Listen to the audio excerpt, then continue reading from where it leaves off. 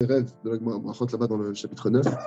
On comprend déjà l'explication des rêves, c'est une chose, c'est hyper intéressant. Mais surtout, on comprend là-bas une manière d'appréhender les événements de notre vie. Comment les comprendre, d'accord? Donc là maintenant, on a dit Ken. Aroé Gefen Teuna Bachalom. Celui maintenant qui voit une vigne, d'accord? Une vigne dans son rêve. En Ishto m'appellet Nefalim. Sa femme n'aura pas de fausse couche. Chez les mains, comme c'est écrit, Ishtecha Gefen Poria. D'accord? Donc on est en Dafnun Zain Amout Aleph. D'accord? Vous n'êtes pas obligé de suivre dans le texte forcément, ceux qui veulent, vous pouvez. Donc, il te dit ici que quelqu'un qui rêve d'une vigne, d'une grappe de raisin, d'accord, Théona, donc une belle grappe de raisin comme ça, dans son rêve, donc sa femme, c'est un signe que sa femme n'aura pas de fausse couche. Soreka, celui qui voit maintenant que cette. Oui, il dit Zmurat, Gefen Aruka, Zmurat Aruka, Albirachim, Jiradak.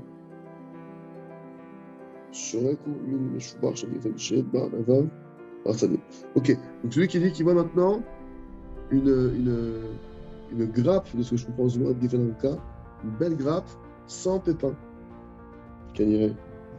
Qu'en irait que ce cas, c'est les srocs, c'est pas pressé. Ok. Bon, en tout cas, celui qui rêve d'une grappe de type Sorika, donc c'est Zmoret Begeteranka, donc c'est un truc, c'est une belle grappe comme ça. Et il nous dit ici que, a priori, c'est c'est sans pépins. Ok. Donc a priori, c'est peut-être un jus. Lui, il s'appelle Mashiach. Il peut s'attendre à Mashiach, c'est-à-dire que quoi, Shalema, on serait la Gefanirod, la Soreka, Beliato. Donc il y a un verset qui fait un lien directement entre la Soreka, le fait d'être Sorek, donc la vigne, le raisin d'une certaine forme, qui s'appelle Sorek, et le Mashiach, le Khamor du Mashiach, avec l'âme du Mashiach. Donc c'est un lien, on voit que là, c'est relié. Donc là, par exemple, l'explication, c'est que tu vois que le fait de connaître les versets de la Torah, quand tu vas faire des liens avec un verset.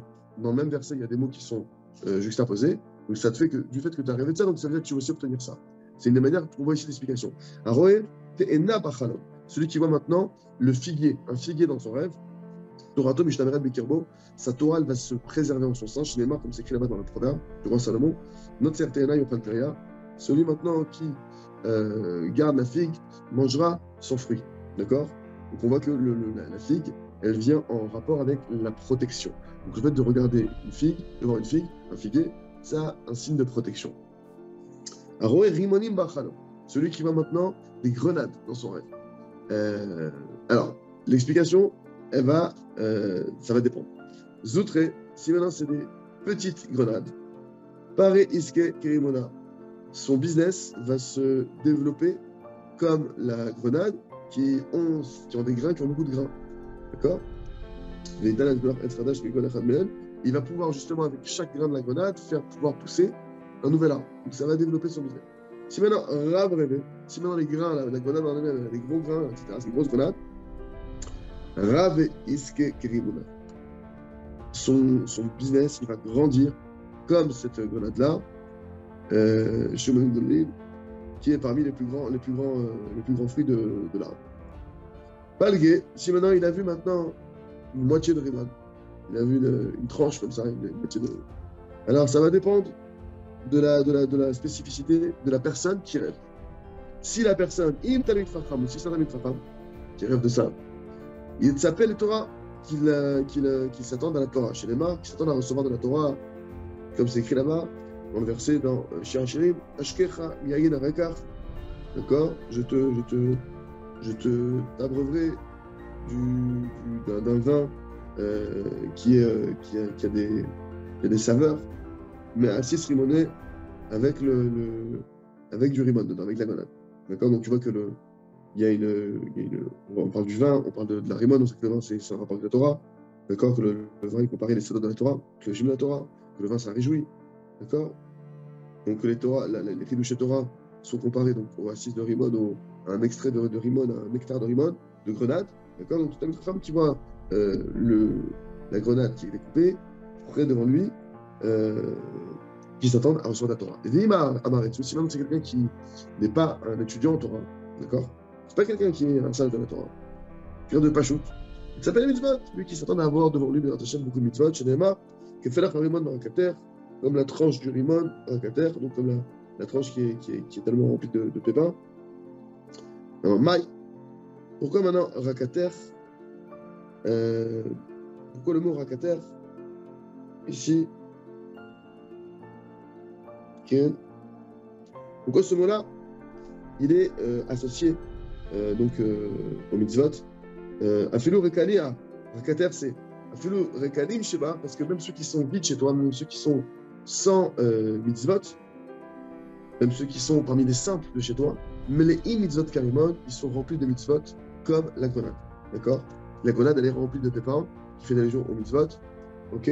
C'est maintenant qui voit des olives dans son rêve. D'accord? Donc maintenant, l'explication, ça va dépendre de la grandeur de ces olives. Les autres, c'est des petites olives. Son business va se développer comme les olives. D'accord? Et sa réussite, elle va continuer et sans s'endommager. Oui, là, tout ce qu'on te dit là, donc s'il voit maintenant des petites olives, et précisément, s'il voit le fruit, s'il voit l'olive, d'accord? Aval, il en est. Mais si maintenant il rêve d'un olivier, Aviane, Bani Merubi, s'il rêve d'un olivier, il va avoir beaucoup d'enfants. Chez Nehemar, comme c'est écrit, Banecha Kishti les Etim, tes enfants seront plantés comme l'olivier autour de ta table. Ok, donc on voit ici que de ce verset-là, tu vois que les enfants sont reliés à l'olivier, donc si tu arrives dans l'olivier, c'est un signe pour les enfants. Autre chose maintenant, une autre Ika d'Amré, il y en a qui disent autrement pour l'olivier, d'accord? Ceux qui vont maintenant, c'est l'olivier. Aroué, donc Zaït Bachalam, celui qui va en olivier, Shemtov Yotse Lo, il va avoir un bon renom qui va sortir de lui. Shelema, Zaït Ra'anan, Yefe Feri To'ar, d'accord? Yefe Feri To'ar, donc il est beau dans ses fruits. Kara, Hachem, Shemer, Hachem, il va appeler ainsi ton nom. Donc, l'olivier, il est en rapport aussi avec un beau nom. Aroué Shemen Zaït Bachalam, celui qui va maintenant de l'huile d'olive dans son rêve. Il s'appelle Lim Or Torah, qu'ils s'attendent à recevoir la lumière de la Torah chez les marques, comme c'est écrit là-bas, concernant l'huile de la menorah dans le Mishkan. Veikrou et les Shemen Zaïtzar, que vous prendrez pour moi de l'huile d'olive pure, concassée pour la lumière. Donc tu vois que l'huile d'olive, elle est complètement reliée avec la lumière, le fait d'illuminer. Et précisément la lumière de la Torah. Pourquoi? Parce que la Torah, la menorah dans le Mishkan, elle est représentative de la lumière de la Torah. Aroé Tmarim Bachalam, celui maintenant qui voit des dates dans son rêve. D'accord? C'est un signe que pas moi volontaire, qu'il n'a plus de fautes. Ses fautes ont été effacées, ses fautes sont finies chez les mains. Comme c'est écrit là-bas, Tamaveler Batsion est fini, c'est Tam, complété. Ta faute, elle est complétée, c'est fini, Batsion, fille de Tion. Donc tu vois que le mot Tamar, il est très très proche du mot Tamar. Donc là maintenant, carrément, c'est avec un mot, avec une ressemblance d'un mot, d'accord, qui est associé au fait du départ des fautes, de plus de fautes. Mar Yosef, il va dire à Yosef, Aroé Ez Bachalom. Celui qui voit maintenant Ez, c'est un bouqueton, hein, c'est un bouc ou un. Ok, c'est un bouc. Izim. Non, c'est le chien. Ouais, une chèvre, c'est peut-être une chèvre. Il voit une chèvre dans son rêve. Shana Mitbarech Etlo. Son année, elle est bénie. Il faudra vérifier Ez. Comment on le. En tout cas, c'est une année qui est bénie. D'accord? Vimra, Izim, mais s'il a vu des chèvres, au pluriel, il n'a pas vu qu'une. Shani Mitbachot. Il a des années entières qui vont être bénies. Chez les marques, comme c'est écrit, Chalev Izim, les lachmecha. Ouais, c'est ça. Le lait de chèvre, les lachmecha, sera ton pain. C'est-à-dire que puisque maintenant, il y a plein de chèvres qui sont venus maintenant, qui sont en rapport avec le pain, d'accord? Avec avoir suffisamment de pain, ça montre dans son rêve qu'il va avoir une année bénie ou des années bénies. D'accord? Aroé Hadas, Bachalam. Celui qui voit maintenant un Hadas, c'est ça? Sûr? Celui qui voit un Hadas, on me dit ici à ma droite, c'est un sol, c'est une plante, hein, un Hadas. C'est la feuille de sol. Le Hadas, d'ailleurs, on a dans le c'est ce qu'on met à Soukot. Il y a un Hadas, ouais. C'est une des feuilles qu'on met à Soukot, en tout cas le Hadas. Celui qui voit le Hadas, ses affaires vont lui réussir, comme les feuilles du Hadas, qui ont l'air hyper organisées, hyper bien structurées, bien attachées, bien solides, d'accord? Parce qu'on voit que les feuilles du Hadas, elles sont Meshulashim, elles sont triplées, et elles sont une juxtaposées les unes aux autres, d'accord? Mais si maintenant il n'a pas de bien, c'est-à-dire que tous ses biens, tout va réussir, tout va être bien ensemble, mais s'il n'a pas de bien, cette personne, Yerusha nous fait naître l'homme de corps frère, il y a un héritage qui va lui tomber dessus, qui va lui arriver. Amar Oula, il a dit Oula, Ve'amrela matnita tana, il y en a qui disent que c'est dans une braïta, Ve'u de chaza mechana yehu. Par contre, celui qui voit maintenant le hadas al-kinam, c'est-à-dire que tu vois le hadas en terre, plantée, la plante elle est reliée à la terre, d'accord? Quel D'accord, lui dit, vous des donc là, ce qu'on t'a dit maintenant que t'es bien organisé, que tu as un héritage, c'est si maintenant tu rêves du Hadas qui est bien planté sur terre. Par contre, si maintenant tu as vu le Hadas qui était détaché, il est détaché de. Il n'est pas planté, alors là maintenant, ça ne veut pas dire que les affaires vont réussir. D'accord? Aroé et Trog. Donc là, encore une fois, c'est l'idée de. Il y a plein de trucs à attraper, c'est de s'éveiller à ce que comment Hachem il a fait la nature, comment le mot qui est prononcé, le verset que ça correspond, il y a un sens. Donc maintenant, ça c'est dans les rêves, mais ça marche aussi évidemment dans ma vie de tous les jours, d'accord? Donc le but, et c'est une des raisons principales pourquoi j'étudie la Torah, connaître Hachem. Connaître Hachem, c'est plutôt connaître Hachem, savoir ce qu'Hachem m'envoie dans ma vie, dans mon quotidien, dans mon business, avec ma femme, mes enfants, d'accord? Et comprendre les allusions qui se cachent. Ok. Amaroula. Non, ouais.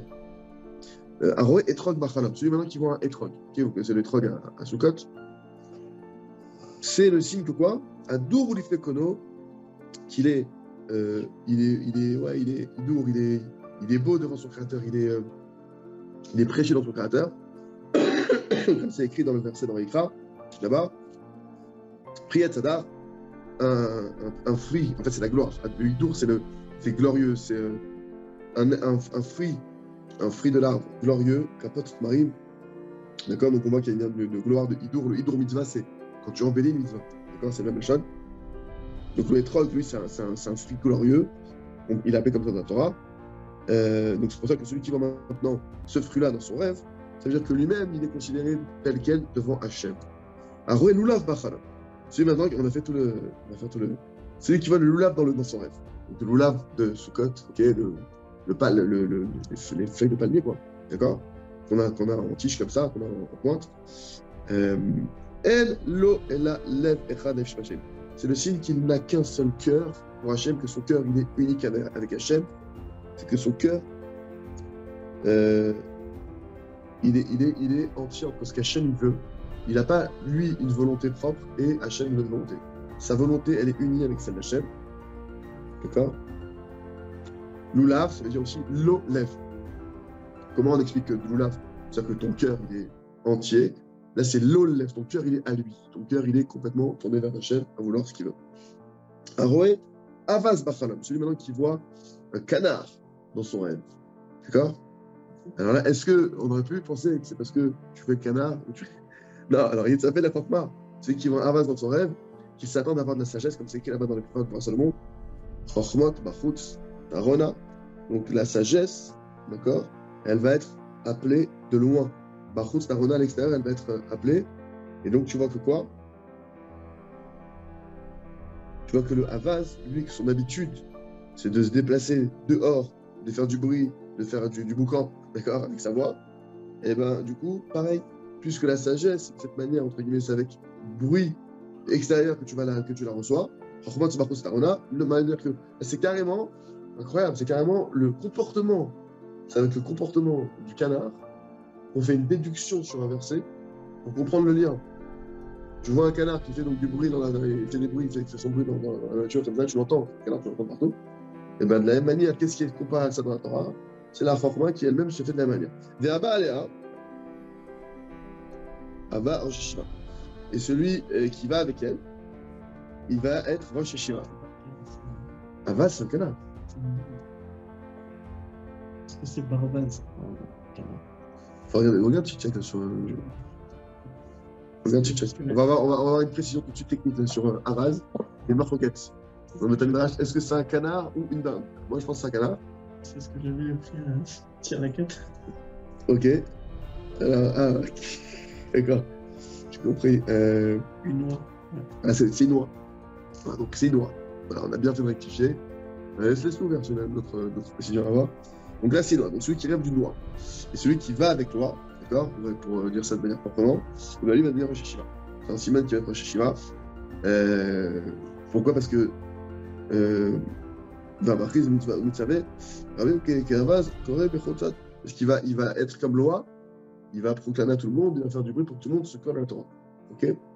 Amar Ravashi, il a dit Ravashi, Ani Reitia, moi j'ai vu une noix dans mon rêve, ou bâti alea, et j'ai été avec elle,